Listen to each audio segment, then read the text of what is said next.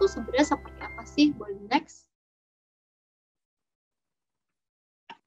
Technical di sini kita bisa melihat si Facebook Audience Insight contohnya ya. Jadi kita analisa dulu kira-kira Facebook Audience Insight itu seperti apa.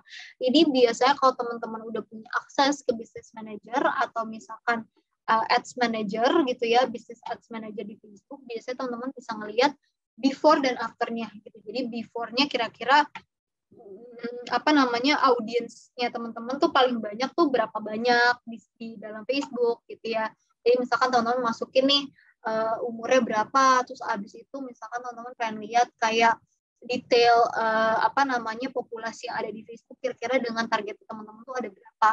Nah itu before-nya. After-nya juga bisa dilihat dari segi apa, dari segi kira-kira setelah teman-teman menjalankan sebuah campaign, apakah beneran nih umur yang didapatkan tuh bener-bener angka 18 sampai 24 atau mungkin si 18-24-nya malah kecil banget, paling gedenya 25 sampai 35 gitu, bisa jadi seperti itu juga gitu ya. Jadi bisa dilihat dari si Facebook Audience Insights yang dimana teman-teman harus memiliki akses ke Business Manager dulu untuk melihat itu semua.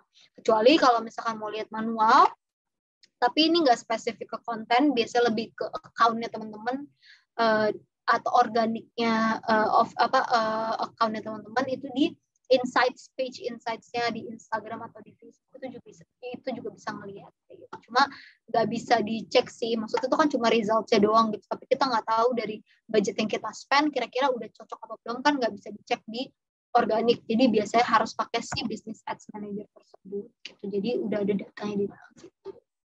Next. Yang kedua, teman-teman juga bisa pakai yang namanya Google Ads Dashboard. Ini kalau misalkan di Zoom sebenarnya bisa kelihatan banget. Kalau misalkan di Google Ads Dashboard itu kira-kira traffic forecast-nya tuh berapa banyak. Terus geografinya datang dari mana nih si audiens tersebut, lokasinya ada di mana.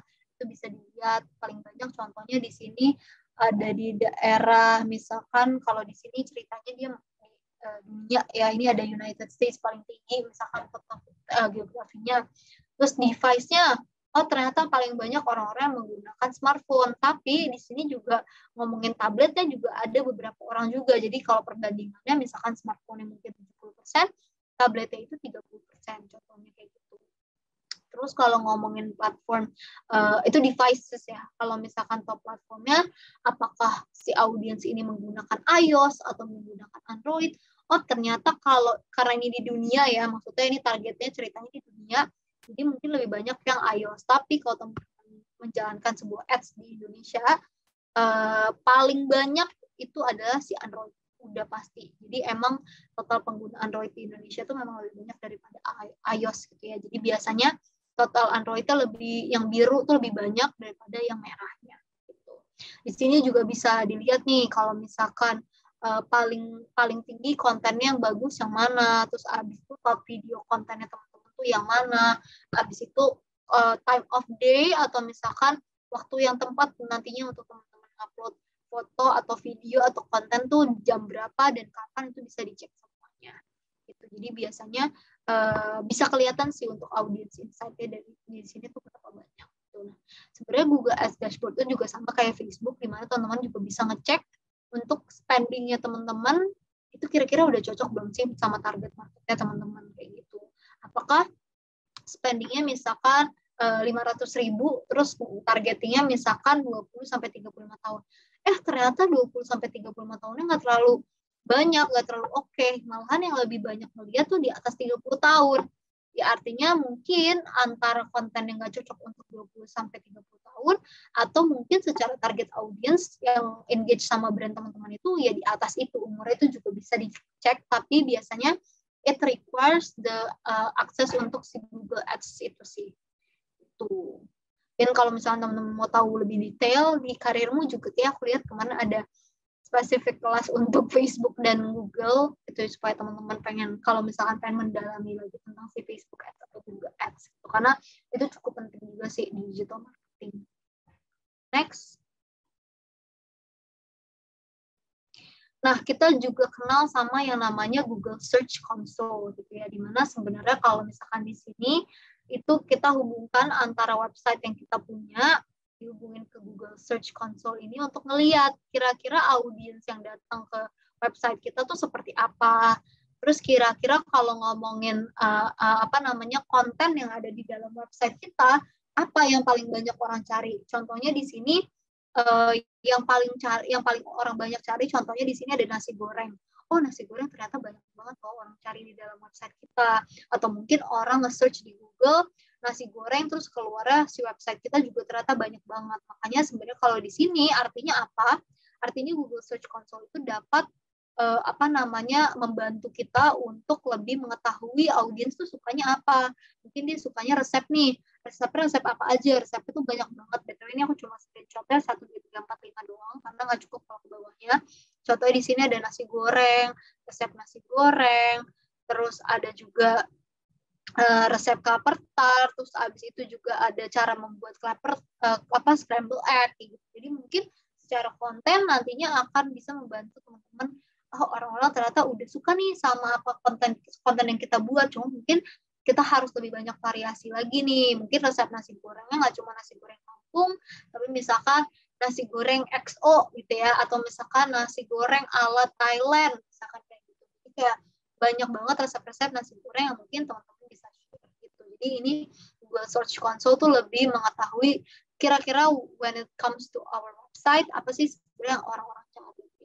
Itu juga bisa membantu melihat audience insight teman-teman tuh seperti apa, udah cocok atau belum sama queries yang audience cari kayak gitu. Next. Nah, bisa juga dicek dari si Google Analytics ini.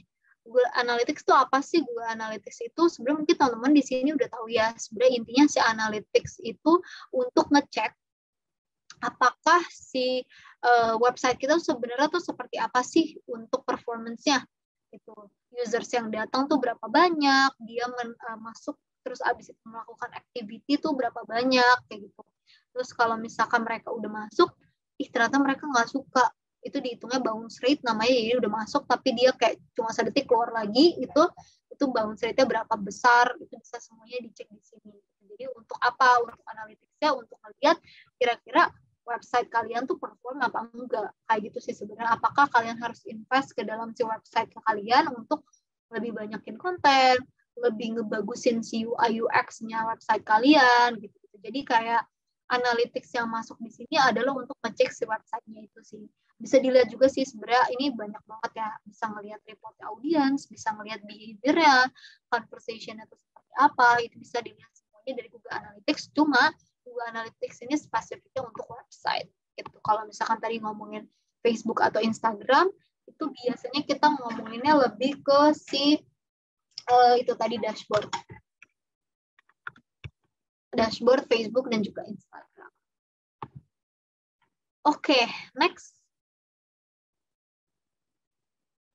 Nah, sekarang kita ngomongin tentang yang strategik ya gitu ya. Kalau tadi udah ngebahas tentang yang teknikal banget gitu ya. Kalau misalkan kita ngomongin strategik, di sini ada performance monitoring, ada juga content optimization. Dimana sebenarnya ini membutuhkan strategic thinking ya, kita berpikirnya tuh lebih ke strategic thinking apa nih yang kira-kira kita bisa lakukan untuk lebih mengimprove konten-konten kita, atau misalkan hal-hal yang sudah kita lakukan. Contohnya di sini ada performance monitoring, boleh di next. Next lagi. Di sini ada performance benchmarking, ada report period, sama KPI projection. Kalau performance benchmarking itu biasanya ada 2 ya. Kita akan masuk nanti ada 2 tipe of performance benchmarking. Gimana sih sebenarnya kita cara benchmark performance kita sama yang lain, atau misalkan biasanya sih di compare-nya sama periodnya, sama KPI kita, terus abis itu ada report period. Kira-kira kalau kita ngomongin tentang report performance itu tuh biasanya dilakukan berapa banyak sekali dalam 1 tahun, terus abis itu yang terakhir adalah cara kita ngitung si KPI projection-nya itu seperti apa. Boleh di next.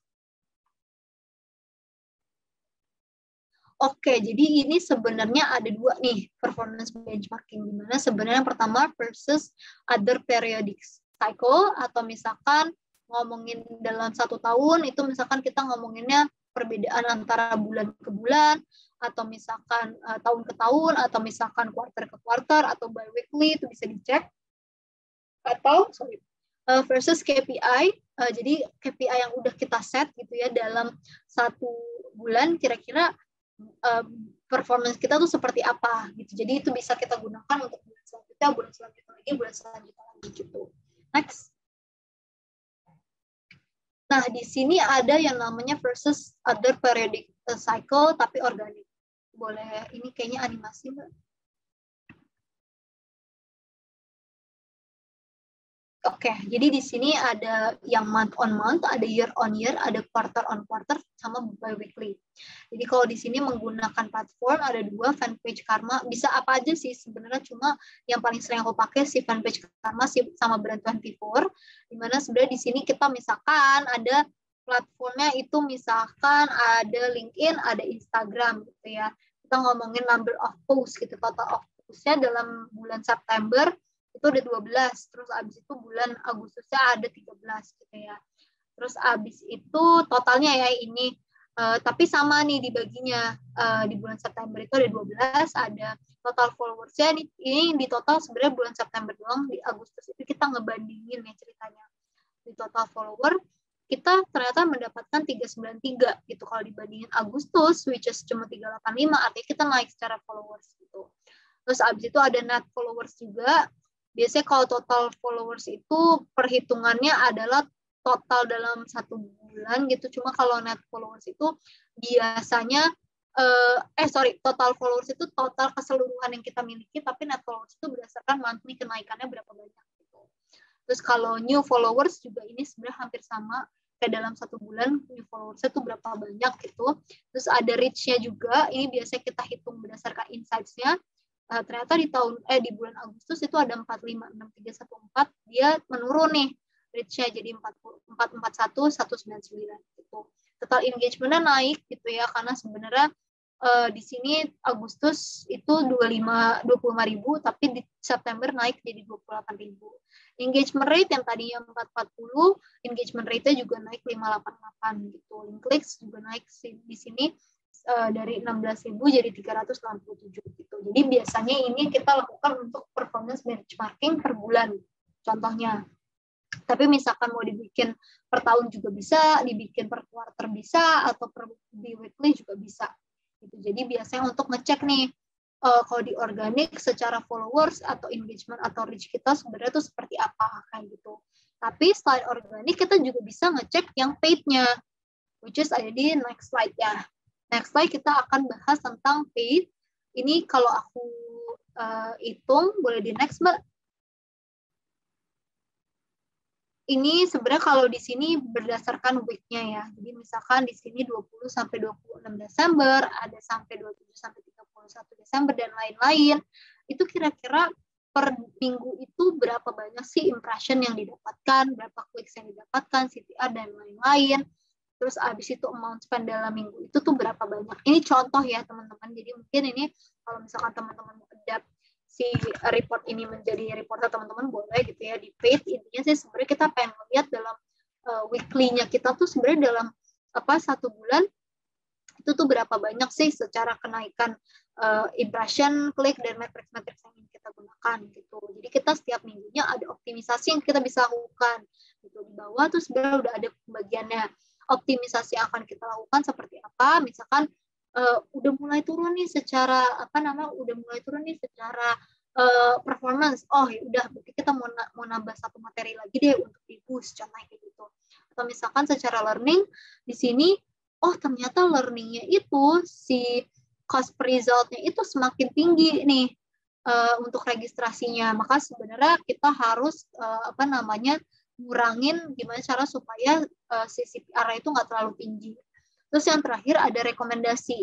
Rekomendasinya tuh sebenarnya kalau misalkan dalam monthly itu sebenarnya apa yang harus dilakukan. Nah, coba di sini sebenarnya untuk refresh material 2-3 kali per bulan. Gitu. Jadi nggak cuma pakai materi yang sama itu mau dalam 1 bulan, tapi kita harus juga ada refreshment tentang si materinya tersebut. Jadi sebenarnya ini perbandingan antara organik dan paid. Semoga teman-teman udah Mengerti ya? Untuk si periodic cycle, atau misalkan kita hitungnya berdasarkan dari bulan-bulan atau misalkan tahun ke tahun atau quarter. Next. Nah, ini ada juga yang berdasarkan KPI. Sebenarnya kalau di sini bulan Februari contohnya ya, achievement-nya tuh berapa persen kalau kita bandingkan sama yang actual-nya. Di sini plan budgetnya itu 68 juta, actual spending-nya tuh 14 juta. Nah, kita di awal KPI-nya itu sekitar 8.000. Tapi yang udah baru kita deliver tuh sekitar 2.400. Jadi achievement-nya masih ada 70% yang akan kita jalankan. Nah, sama juga sih untuk UAC atau Universal App Campaign di Google atau TikTok juga sama, ini 21%. Jadi intinya sih sebenarnya di sini versus KPI itu dihitung kenapa? Dihitung supaya kita bisa ngecek dalam minggu pertama udah on track apa belum, minggu kedua udah on track atau belum, atau dalam monthly misalkan kita pengen nge-reach 8.094, apakah dalam satu bulan beneran kita achieve 8.094 atau lebih dari 8.094. Itu biasanya sih perhitungan si versus KPI atau Key Performance Indicator itu biasanya kita supaya bisa menentukan sih apakah kita udah beneran achieve apa belum untuk mendapatkan result yang kita inginkan. Seperti itu. Ini biasanya untuk dipakainya di paid media juga sama. Next. Nah, ini kalau misalkan ngomongin tentang report period. Mungkin teman-teman di sini masih bingung ya kalau misalkan ngomongin tentang report, biasanya itu kapan sih harus dilakukan? Report itu tadi balik lagi yang aku udah sempat mention, bisa jadi weekly, bisa menjadi monthly, atau per big campaign, atau quarterly. Jadi kalau di sini dalam 1 tahun, contohnya Januari sampai Desember, always on yang biru, jadi kita tetap punya campaign konten-konten yang di-post setiap harinya dari Januari sampai Desember, tapi kita juga punya campaign-campaign besar. Nah, campaign-campaign besar ini contohnya apa? Misalkan Maret sampai Mei, misal campaign besarnya itu apa? Ngomongin tentang Ramadan. Contoh. Terus misalkan Agustus, September, apa nih campaign besarnya? Misalkan ada product launching. Terus misalkan Oktober, November ada campaign apa nih? Campaignnya tergantung sih. Misalkan kita mau highlight tentang misalkan tentang Hari Anak, misal Hari Anak Nasional misalkan. Itu campaign besar yang akan kita highlight, dan secara budget konten yang akan kita buat di campaign besar itu akan lebih banyak daripada si always on konten yang kita miliki. Gitu ya teman-teman, supaya kebayang untuk reportnya dan juga pembagian sebenarnya campaign itu seperti apa. Gitu. Jadi dalam 1 tahun tentunya ada always on campaign atau AON gitu ya sebutannya, AON campaign. Satu lagi ada yang tactical campaign atau campaign besar yang teman-teman punya. Jadi kalau misalkan nanti bikin report period, itu pastinya ada yang monthly untuk yang always on, ada juga yang per big campaign. Jadi misalkan Maret sampai Mei itu ada big campaign apa, nah itu teman-teman bikin reportnya. Seperti itu. Ada yang mau tanya sampai sini? Oke, ada beberapa.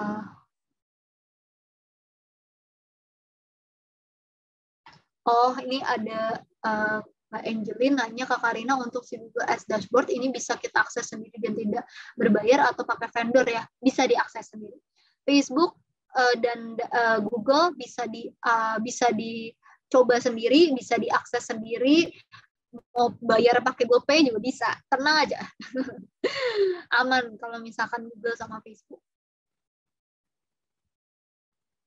Oke, aku lanjut ya.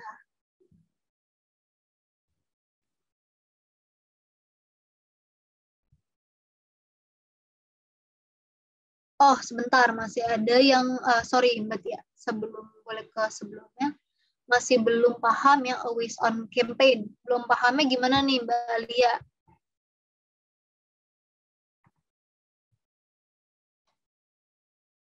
Belum pahamnya gimana nih Mbak Lia?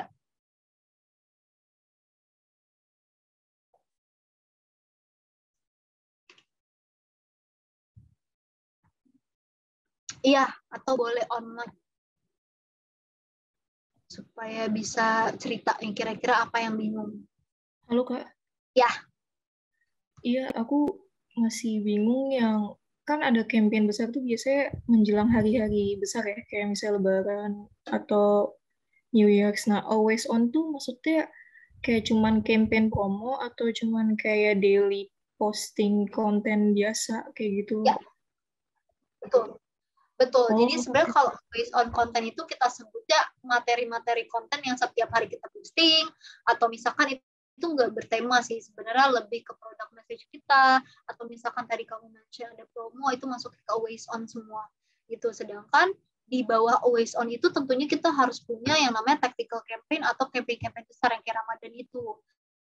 Makanya kalau yang warna biru, kenapa itu di jalan terus Januari sampai Desember? Karena nggak mungkin kita cuma share tentang produk kita atau tentang tentang produk kita atau tentang kayak promo kita tuh cuma di bulan-bulan tertentu. Pastinya setiap bulan ada kerja sama siapa untuk bikin promo, atau misalkan kita mau kasih tahu juga tentang produk kita, itu pasti ada di always on.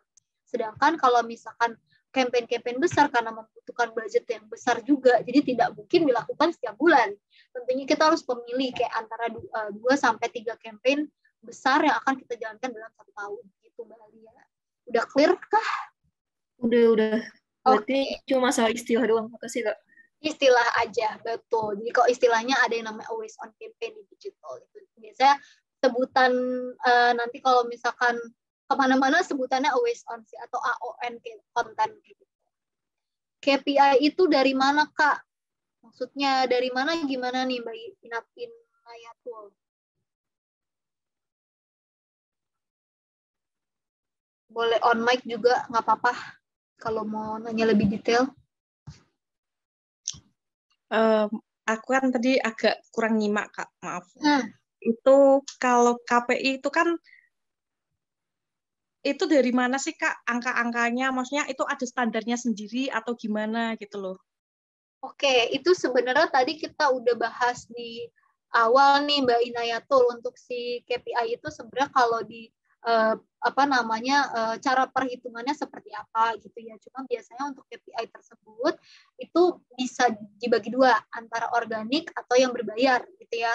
Organik misalkan mau di set nih untuk KPI-nya itu pengennya followersnya nambah sekitar 20% dari tahun 2022. Misalkan di tahun 2023 pengen nambahnya 20%.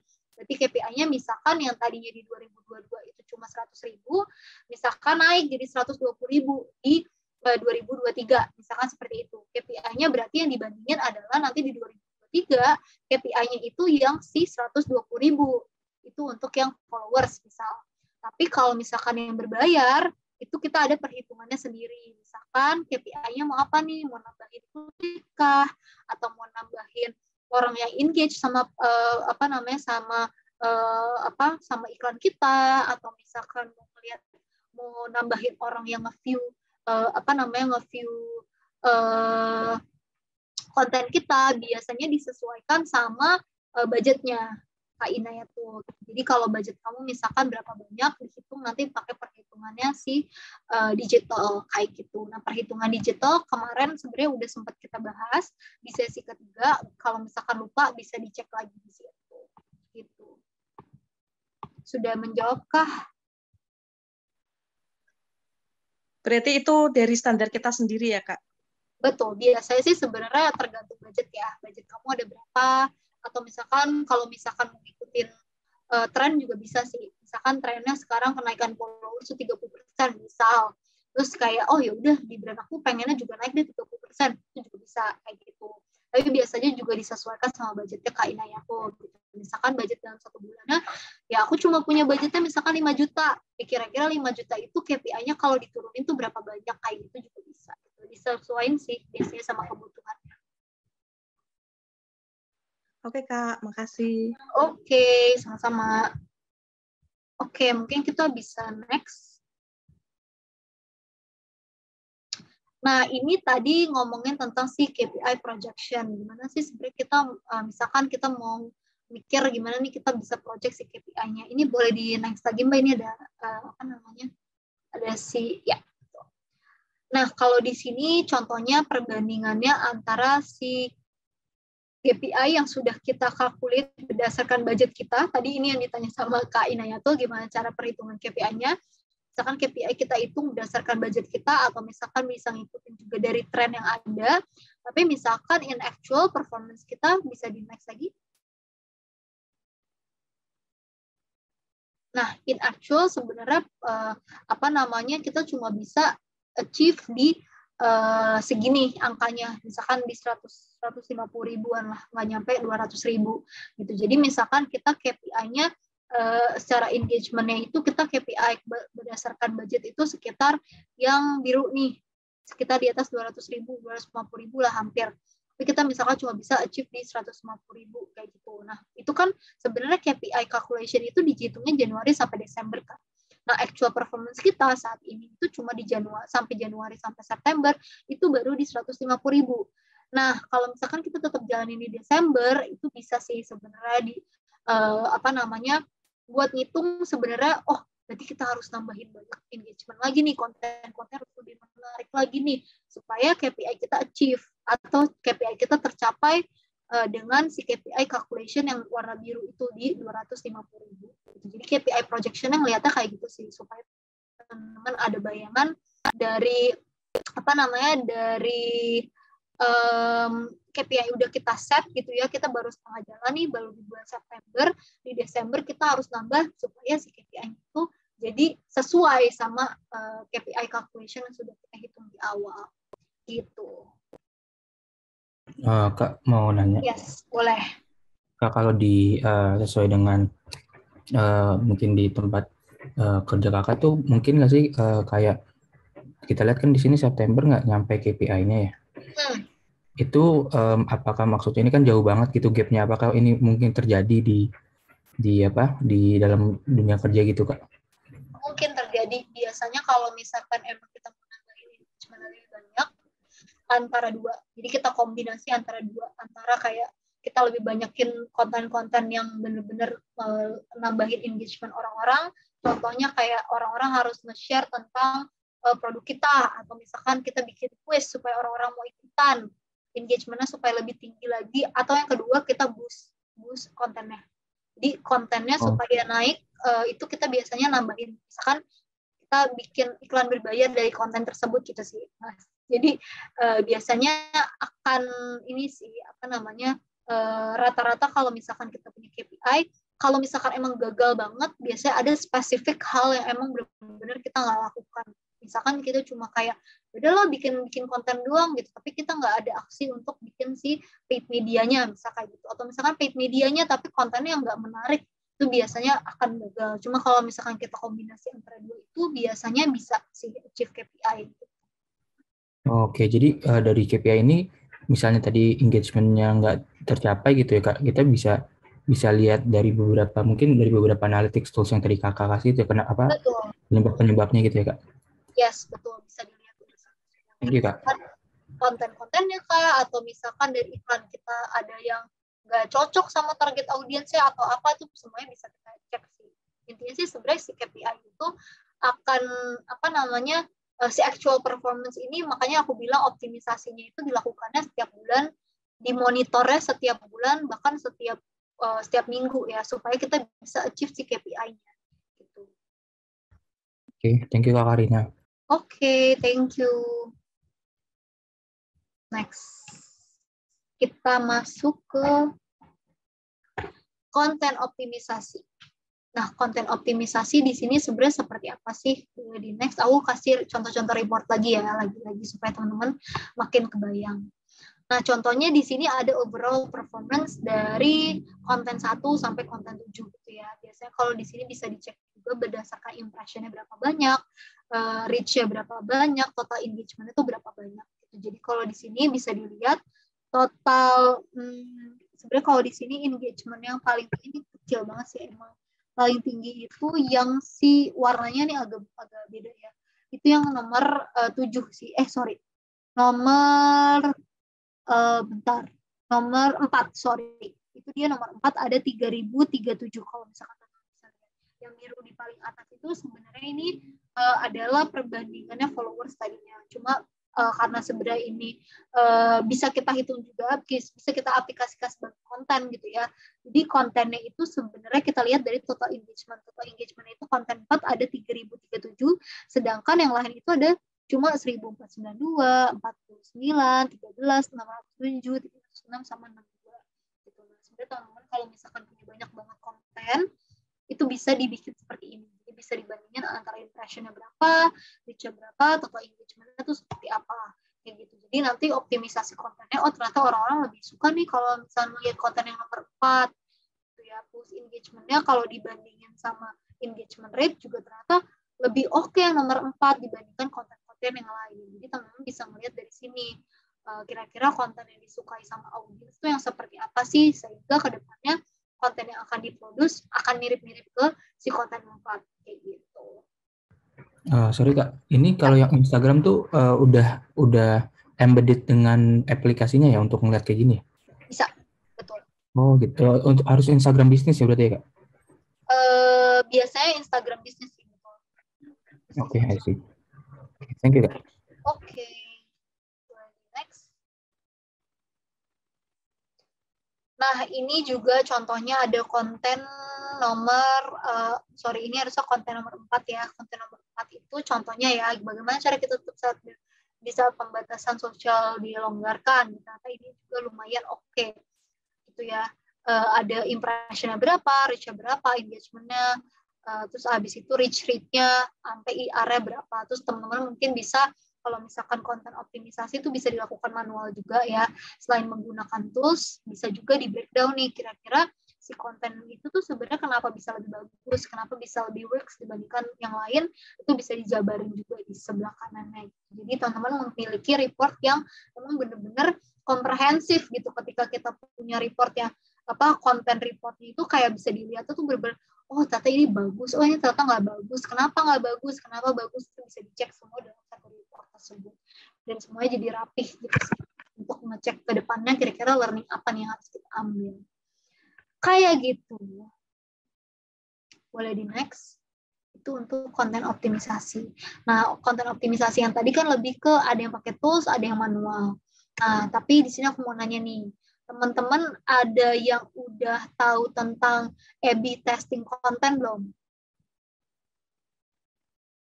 Udah, oke. Ada lagi? Oke. Belum. Mbak Alia sama Mbak Angelin, Mbak Martida udah tahu. Oke, boleh kita next ya. A/B testing content optimization. Apa nih perbedaannya? Jadi mungkin teman-teman di sini mungkin nggak tahu tapi udah sering dengar gitu ya. Apa sih sebenarnya si content optimization melalui A/B testing content? Nah, kalau di sini contohnya yang A itu adalah misalkan dia membuat kontennya bentuk visualnya tuh hampir mirip ya. Cuma beda-beda dikit doang, tapi benar-benar mirip A sama B gitu ya perbandingannya. Kalau di sini A itu misalkan 23% gitu ya untuk budgetnya, sedangkan yang B misalkan 65%. Misalkan dua-duanya formatnya sama-sama video, sama-sama kita setnya, pokoknya semua sama kecuali si target audiensnya sama, video materinya sama, tapi budgetnya misalkan kita bedain, misalkan kayak gitu. Nah, terus abis itu kita lihat lah nih. Terus abis itu, untuk penyebarannya, misalkan si A itu lebih banyak daripada si B itu lebih banyak dari si A. Nah, kita lihat lah nih, kalau misalkan menjadi konten kalender itu seperti apa. Boleh next.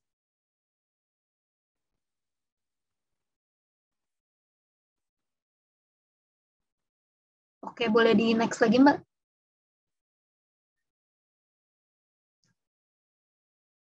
Oke, yang tadi, Oke, jadi kalau di sini itu A/B testing content optimization, contohnya konten A itu yang warna hijau, terus konten B itu yang warna biru, contohnya ya di sini. Itu kita ceritanya menjalankannya dalam periode yang sama gitu ya. Di sini ada dua materi yang berbeda. Di tanggal 17 sampai 21 kita jalan si announcement sama announcement gitu ya. Sama-sama kita jalanin dari tanggal 17 sampai tanggal 21. Sama juga di tanggal 24 brand USP kita jalankan, tips perjalanan kita juga jalankan. Jadi dua-duanya kita jalanin di week yang sama, contohnya kayak gitu. Ada yang di story, ada yang di feed. Nah, jadi itu sebenarnya A/B testing itu apa sih gitu ya? A/B testing itu adalah ngetes dua materi yang sama, tapi berbeda formatnya gitu, kadang berbeda formatnya, atau misalkan bisa jadi sama-sama formatnya, sama-sama target audiensnya, tapi yang mana nih yang paling works gitu ya. Nah, biasanya hal tersebut bisa kita lakukan juga di paid, di iklan, atau misalkan kita bisa juga gunakan di dalam konten organik. Jadi kita membuat konten-konten yang mirip gitu ya, tapi biasanya lebih works kalau misalkan dilakukan berbayar ya. Jadi kayak misalkan yang satu videonya dua-duanya mirip gitu ya, visualnya benar-benar mirip, cuma dibedain kayak kata-katanya doang, kita jalanin di periode yang sama gitu ya. Kira-kira yang mana yang paling works, itu biasanya bisa dibantu sama learning dari mesinnya si digital. Nah, kalau di sini sebenarnya kalau dilihat, boleh di next. Ternyata resultnya itu yang tadi itu kan sebenarnya si A/B testing konten yang A cuma 23%. Boleh di next, Mbak Tia. Cuma 23%, tapi mendapatkan 85% better engagement. Gitu ya. Jadi mungkin konten yang A itu lebih bagus kalau kita ngomongin tentang engagement.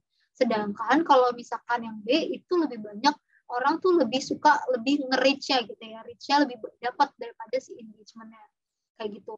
Terus abis itu yang kedua, boleh di next Mbak Tia. Yang kedua itu adalah more engagement di yang A, terus abis itu yang B less engagement, tapi dia lebih clear secara verbatim, atau misalkan mungkin orang-orang yang ngeliat tuh lebih tertarik untuk terpapar doang gitu, nggak engage. Yang A tuh lebih suka gitu terengage. Nah, intinya sih sebenarnya kalau untuk A/B testing result, A/B testing content optimization, intinya cuma satu. Kita melakukan format yang sama, benar-benar sama ya, cuma bedain di add copy-nya doang atau si tulisan di dalam si visualnya doang, tapi kita jalanin berbarengan, kita jalanin dengan periode yang sama, dengan target yang sama, kita lihat kira-kira tuh seperti apa sih untuk si resultnya. Itu bisa jadi engagement lebih bagus yang A, atau misalkan lebih bagus yang B, bisa kita lihat nanti sendirinya untuk si A/B testing result gitu. A/B testing result ini sebenarnya lebih enak kalau dilakukan di ini ya, iklan berbayar gitu. Jadi kalau misalkan organik, teman-teman harus mengevaluasi sendiri, kira-kira beneran nggak sih ini orang suka. Tapi kalau berbayar, karena biasanya itu pakai mesin learning, itu biasa teman-teman bisa ngecek sampai kayak detail banget. Oh, yang ini udah yang bagus, udah budgetnya udah sama gitu ya, yang ini lebih bagus, udah yang pakai aja yang A, biasa kayak gitu.